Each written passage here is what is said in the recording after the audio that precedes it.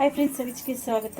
ಇವತ್ತು ನಿಮ್ಮ ಮುಂದೆ ಕರಿಬೇವಿನ ಚಟ್ನಿ ಇಲ್ಲ ತೊಯ್ಯಲ್ ಅಂತಾರೆ, ಅದು ಯಾವುದಾದ್ರೂ ಅನ್ಕೋಬೋದು, ಪುಡಿ ಆದರೂ ಅನ್ಕೋಬೋದು. ಇವತ್ತು ಅದನ್ನು ಮಾಡ್ತಾಯಿದ್ದೀನಿ. 1 ಟೇಬಲ್ ಸ್ಪೂನ್, ನಾನು 1.5 ಇಡಿ ಕರಿಬೇವು ತೊಗೊಂಡಿದ್ದೀನಿ. ಕರಿಬೇವು ಸ್ವಲ್ಪ ಮೀಡಿಯಮಲ್ಲಿದೆ.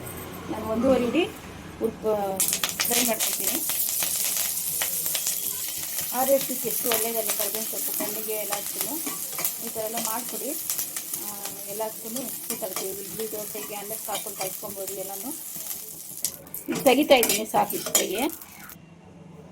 ನೋಡಿ, ಕಡಲೆಬೇಳೆ 2 ಟೇಬಲ್ ಸ್ಪೂನು, ಉದ್ದಿನಬೇಳೆ 1.5 ಟೀ ಸ್ಪೂನು. ಇದು ಫಸ್ಟು ಹಾಕ್ಕೊಂಡು ಫ್ರೈ ಮಾಡ್ಕೊಳ್ಳೋಣ. ಆಮೇಲೆ ಒಂದೊಂದಾಗಿ ಈರುಳ್ಳಿ ತೊಗೊಂಡಿದ್ದೀನಿ, ಮತ್ತು ಸ್ವಲ್ಪ ಒಂದು ಚಿಕ್ಕ ಇಂಚು ಶುಂಠಿ, 3-4 ಹಸಿಮೆಣಸಿನ್ಕಾಯಿ, 1-3 ಒಣಗಿದ ಮೆಣಸಿನ್ಕಾಯಿ, ಸ್ವಲ್ಪ ತೆಂಗಿನಕಾಯಿ, ಬೆಳ್ಳುಳ್ಳಿ ಒಂದು 10, ಸ್ವಲ್ಪ ಕೊತ್ತಂಬರಿ, ಈರುಳ್ಳಿ, ಒಂದು ಹುಣಸೆಹಣ್ಣು.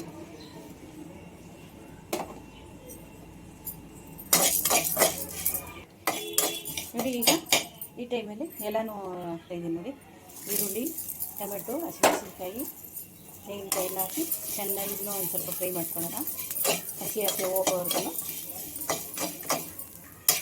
ಈ ದೊಡ್ಡ ಈರುಳ್ಳಿ ಹಾಕೊಂಡು ಚಿಕ್ಕ ಈರುಳ್ಳಿ ಬರುತ್ತಲ್ಲ, ಅದು ಹಾಕಿದ್ರೆ ಅಂತೂ ತುಂಬ ರುಚಿ ಕೊಡುತ್ತೆ. ಅದು ನಾನು ನೆಕ್ಸ್ಟ್ ಟೈಮ್ ಅದೊಂದು ಚಿಕ್ಕ ಈರುಳ್ಳಿ ಜಾಸ್ತಿ ಯೂಸ್ ಮಾಡಿ, ಒಳ್ಳೆಯದು ಆರೋಗ್ಯಕ್ಕೆ ತುಂಬ. ಇದಾಯಿತು ಫ್ರೈ.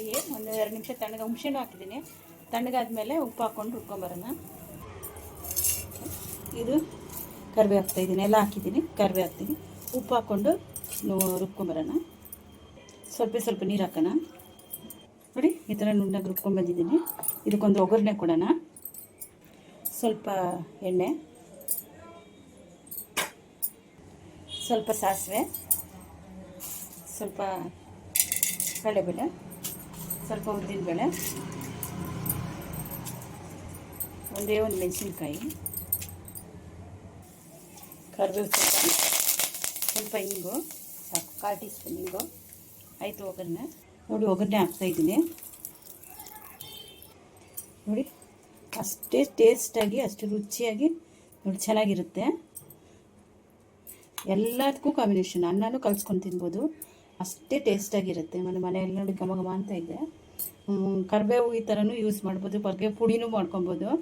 ಅದೊಂದು ಏನು ಮಾಡ್ತೀನಿ. ಲೈಕ್ ಮಾಡಿ, ಶೇರ್ ಮಾಡಿ, ಸಬ್ಸ್ಕ್ರೈಬ್ ಮಾಡಿ.